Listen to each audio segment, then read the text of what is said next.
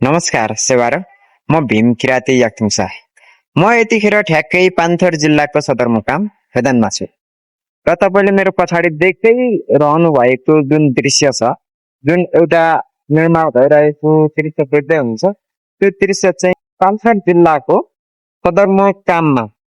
विगत आजभन्दा 2-3 दशक अगाडि निर्माण भएको एउटा लिम्बुवान गेट थियो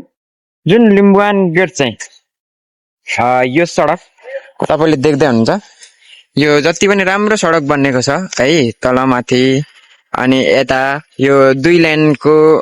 सडक बनेको छ त्यो बनाउने क्रममा चाहिँ त्यहाँको लिम्बुवान गेट चाहिँ भत्काइया थियो पुरानो भत्काइयो र त्यसको लगभग 2 वर्ष पश्चात चाहिँ अहिले नयाँ यहाँनिर लिम्बुवान गेट बन्दैछ है त र जुन लिम्बुवान गेट यति मजाले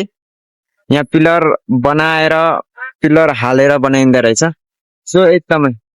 यो सुरुवात निर्माण चरणको सुरुवातमा यति राम्रो छ है अब यो कम्प्लिट हुँदा कस्तो हुन्छ यसको डिजाइनहरु अनि यसको दृश्यहरु सो त्यो तपाईहरुले पनि थाहा पाउनुहुनेछ तर म यतिखेर फिदिम बजारमा आइरहँदाखेरि चाहिँ टक्क तपाईहरुले पनि यदि आइपुग्नु भएको छैन यो लिम्बुवान गेट निर्माण हुँदै गर्दाखेरि भने तपाईहरुले देखाउनको लागि पनि यो भिडियो बनाएको हो यहाँ त र यसको ऐतिहासिकता यस्तो राम्रो छ है यो निर्माण भइसके पश्चात पास्तरको जुन यो फेदेन बजारको चाहिँ एउटा पहिचान हो क्या लिम्बुवान गेट भनिसक्दाखेरि वाउ फेदिम बजार पास्तर जिल्ला भन्ने टाइपको चाहिँ भान हुन्छ जो कोहीलाई र सो यसरी निर्माण हुँदै रहेछ है त निर्माण कार्य तपाईहरुले देखाए शेयर गर्नु होला है त।